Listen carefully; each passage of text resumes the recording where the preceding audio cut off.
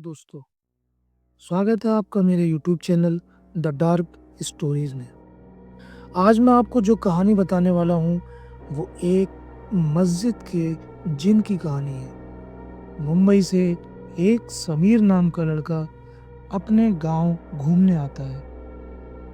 गांव में पूरी पूरी रात बिजली नहीं आती थी और एक दिन समीर भी उसी रात में बाहर निकलता है। रात का वक्त था, अंधेरा इतना इंसानों को अपना हाथ भी ना दिखे। समीर चलते चलते गांव के एक ऐसे कोने में पहुंच जाता है जहां बिल्कुल अंधेरा था।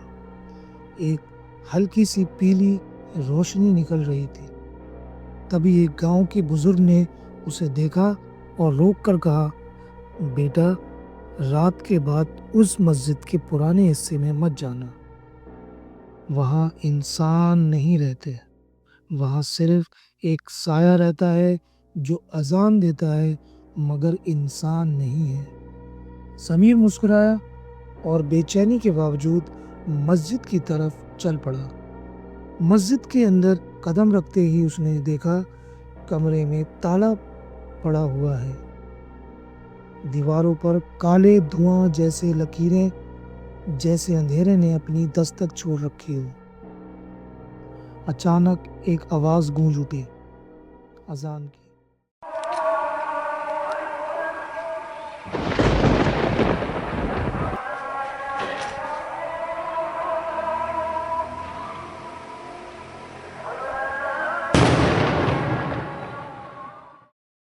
मगर ये अजान रात के 12 बजे कैसे हो सकती थी? समीर का दिल कांप उठा।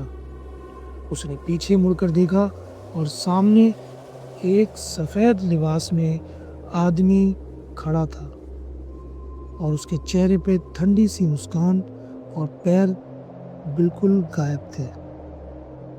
उस आदमी ने बहुत हल्की पर गहरी आवाज में कहा, तुमने मेरी अजान सुन ली, अब तुम जिंदा नहीं बचोगे। समीर का फोन अपने आप चलने लगा।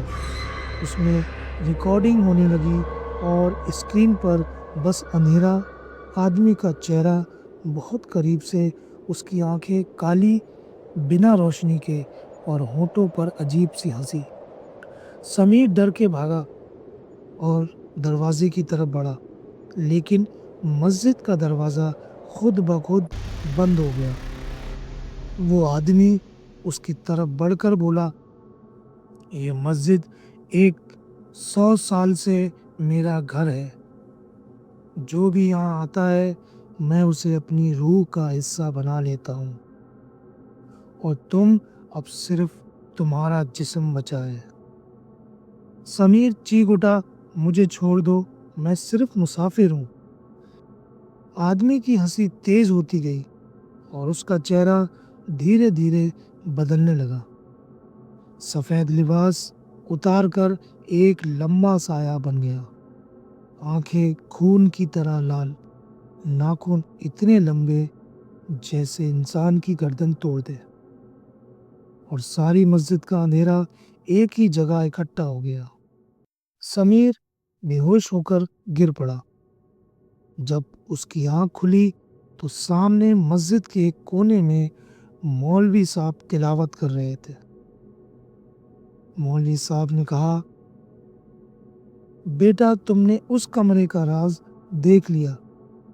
वहां एक जिन कैद था, उसने तुम्हें देख लिया है। अब वो तुम्हारा पीछा नहीं छोड़ेगा। सिर्फ अल्लाह का जिक्र और तावीज़ ही उसको तोड़ सकता है।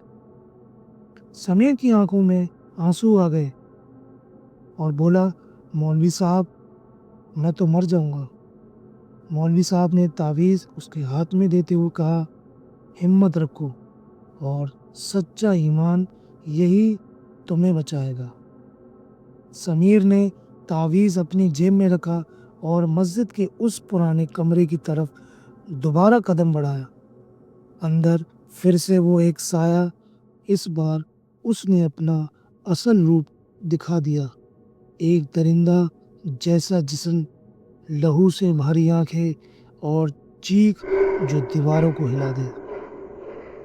جن غصے میں بولا، انسان تو مجھے اللہ کا نام لے کر روکے گا، آج تیرا خون میرے لیے ایک نئی روح بنے گا۔ سمیر نے تعویذ اٹھایا اور زور سے چیخا، اللہ کے نام پر مجھے چھوڑ دے۔